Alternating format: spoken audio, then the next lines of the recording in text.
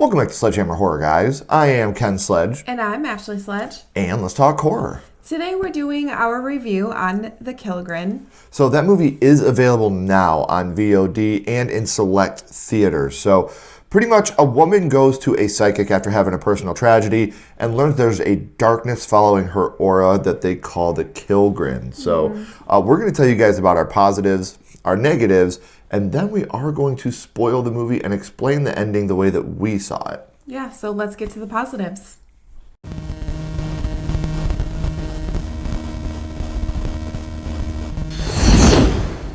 So some of the positives, there's very emotional acting. You really feel like, the sadness or when they're scared, like it's very emotional and you actually feel it as the viewer. There's a lot of awesome practical effects and makeup design in this movie. The kill scenes that we get are great. The aftermath is great, and even the beforehand stuff, which we'll talk about in the spoilers, it's all pretty awesome. And the score is actually really well. I always say that a score can make or break a movie, and I feel like this really does enhance certain scenes, makes it feel lonely, or it makes it feel like even the absence of score at certain points, anxiety. It definitely gets your heart racing at certain points of the film. One of my favorite characters in this movie is Sam. He's the group leader. He's awesome. He's kind. The way that he tries to relate to everybody and make them feel comfortable, because a lot of this does happen at group meeting, like for grief, like a grief counseling. And I feel like we'll get into this in the spoilers, but when you have something to relate with people and you felt like that, you just want them to feel more comfortable. Right. You also see how different people handle depression. One of the guys' names is Brian, that's in group, and he is overly funny. You have Miranda. Brian's always trying to crack a joke about something. Yeah, and he's just he's goofy, and they always say that your friends that are the most happiest, you should probably check on, or that make jokes and stuff like that. You should always check on them because that's kind of how they cope with things. Right. And at first I thought he was like a grief counseling crasher, like he was just there trying to pick up women. Yeah. But then you do find out his story and you're like, ooh, yeah. Sorry, Brian. And then Miranda, our lead, she just shuts down, doesn't talk, doesn't say anything to anybody, doesn't want to tell people what's going on with her, just in general doesn't want to talk about it. And then, we already talked about Sam, he likes to help everyone. And then there's another one named Andy. And it's her best friend. Yeah, she's just in denial about everything. Oh, I'm fine, I'm just tired. So everyone handles depression differently. And there's not a textbook way to identify depression. Right. So, the people that are I should have known, you might not. Yeah. And talking about some of these cast members, it's a great supporting cast all around. I think the cast is really what makes this film worth a watch. Absolutely. So the cast definitely knocked it out of the park with that. And then the monster, who we'll also get into more in the spoilers, they look really awesome. They have teeth falling off of them, and again, we'll talk about that later. It makes sense in the context of the film. Yeah, but they're really creepy and they look really good. And there are, like we talked about a little bit ago, there are scenes that are just full of dread and loneliness, and you feel that. Have you ever been alone in a crowded room? Yeah. You feel that loneliness with these characters. So those are some of our non-spoiler positives. Now let's get into the negatives of the Killgrin.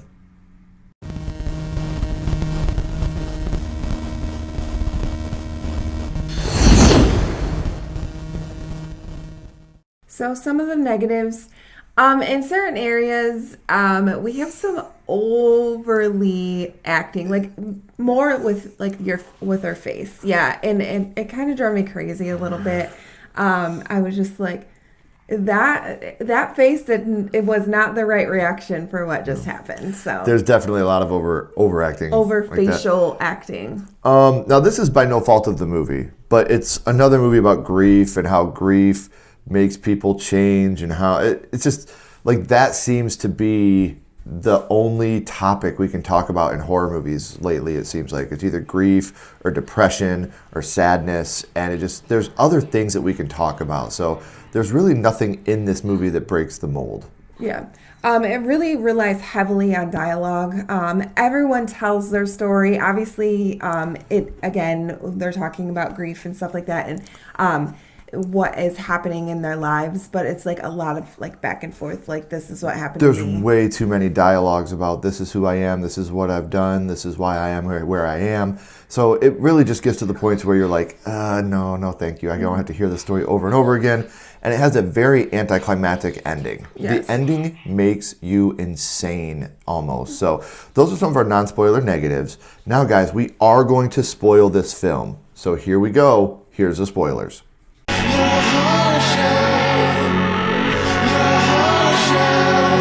All right, guys. So we are going to spoil things now. In the beginning, we have Noah. This is Miranda's boyfriend. He takes his own life. He jumps out of their window, and they're like on the 12th story of this apartment building, and takes his own life. And when she first walks in to see him, he seems like, well, he says that he's doing good. He feels good. He doesn't need to go see his psychiatrist anymore.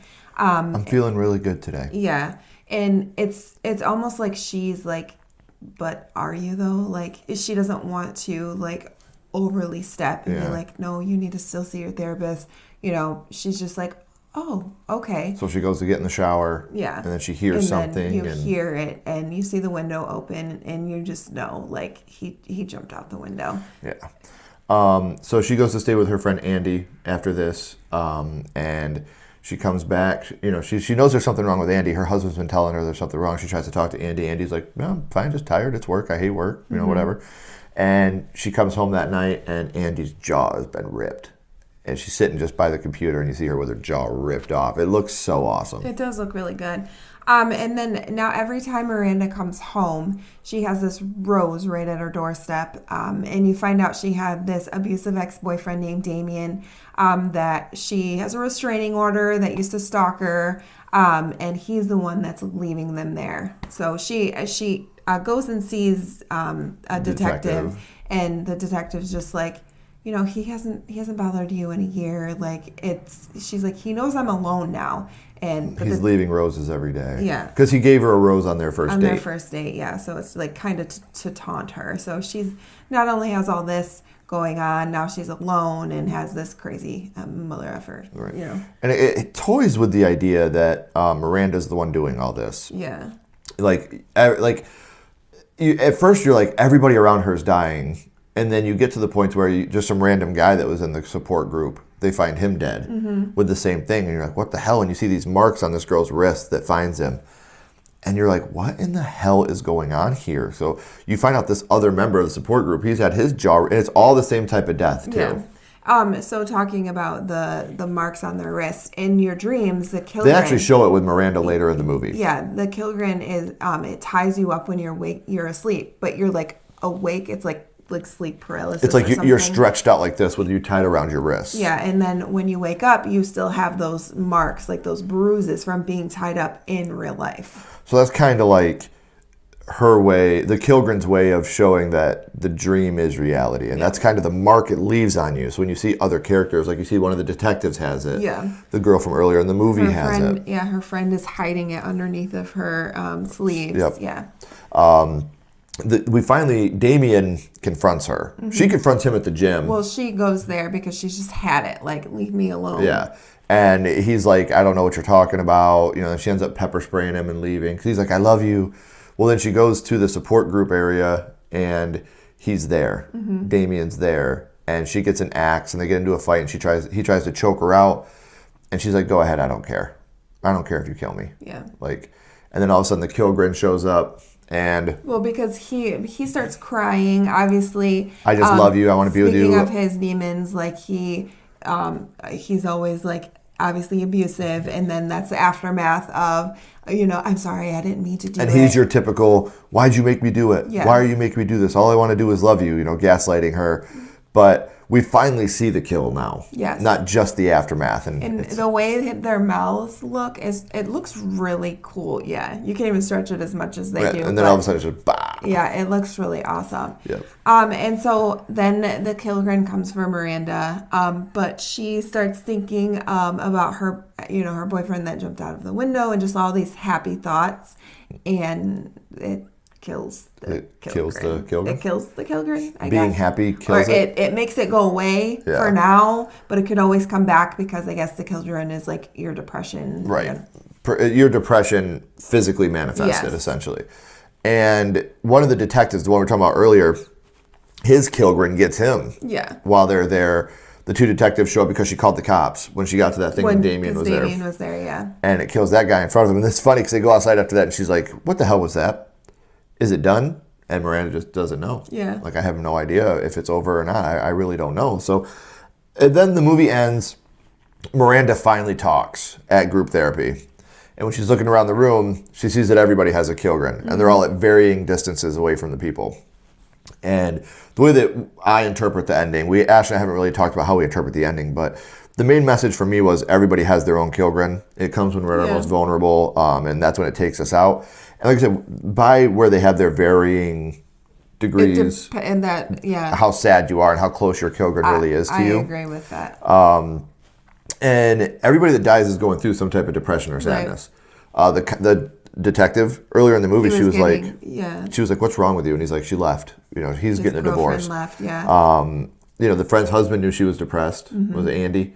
They knew that she was depressed. So there's so many different avenues of depression going on in this movie. Well, even when she's like driving and that lady, jumps out in front of her, she's like, I hate this town. Like, she's just going through a really hard time. Just talking about like the old times with Miranda and how like those were the best times of her life. And so clearly she's going through something. She just won't come out and say it. And a lot of people feel like they're burdening people when they talk about their problems and, their sadness and stuff like that. So, again, that's why... The best times of my life are behind me now. Yeah. What do I have to look forward to? And then the Killgrin can get you because you're at your most vulnerable. Right. So, and that's really what I think the message of the movie is. Everybody has their own Killgrin.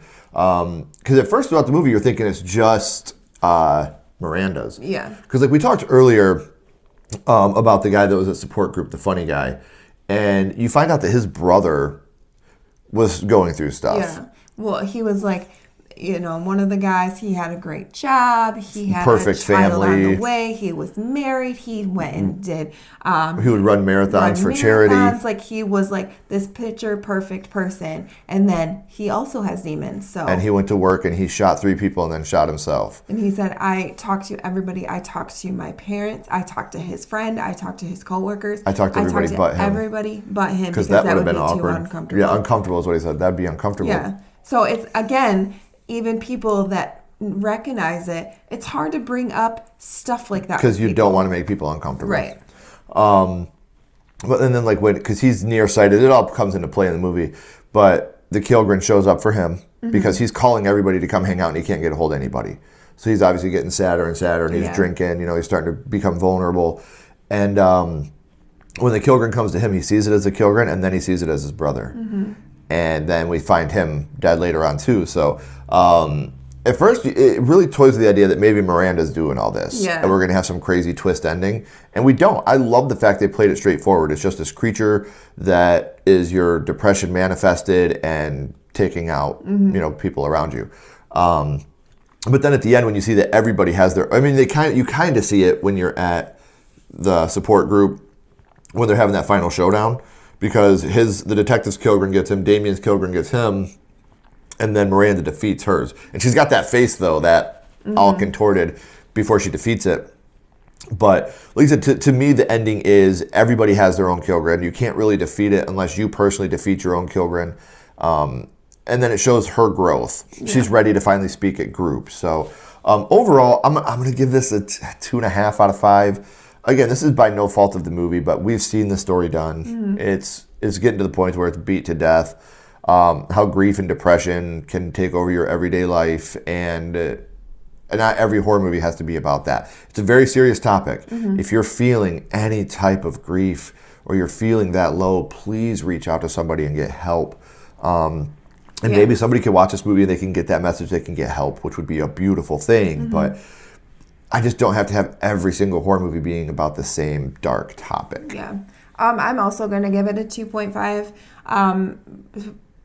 like you said, yes, this has been done a million times before. I do like the idea of like the Killgrin and everyone has one. I think that was really well, and I think the Killgrin itself looks really awesome. Like we talked before, how when he's walking, there's teeth like falling out of him. And people are always finding teeth throughout the movie too. Yeah, and like you can hear it, like you can hear like what sounds like grinding of teeth when he's around.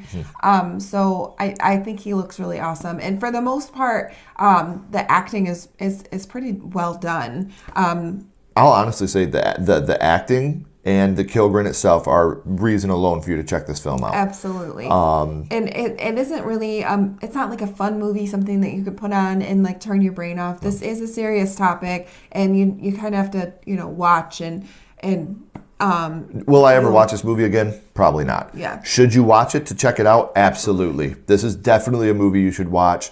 Like I said, we've just been inundated with these type of films. So you need to do something to hold yourself apart. And the one thing they did was had an amazing cast that every single one played their depression very well. And the Killgrin itself, my one big complaint about the Killgrin, I wish we could have seen it more, but it might have been the Jaws effect. If we saw it more, it would have been less, But yeah, so for me, less is more. And yeah. So make sure you guys are going to check out the Killgrin. Like I said, it is available now on VOD and in select theaters. So if you haven't already, guys, please like, comment, and subscribe. It does help build the channel more than you know. And follow Sledgehammer Horror on social media. Those links are in the description as well. But until next time, keep talking horror. Stay who you are. And we'll see you guys soon. Bye, guys.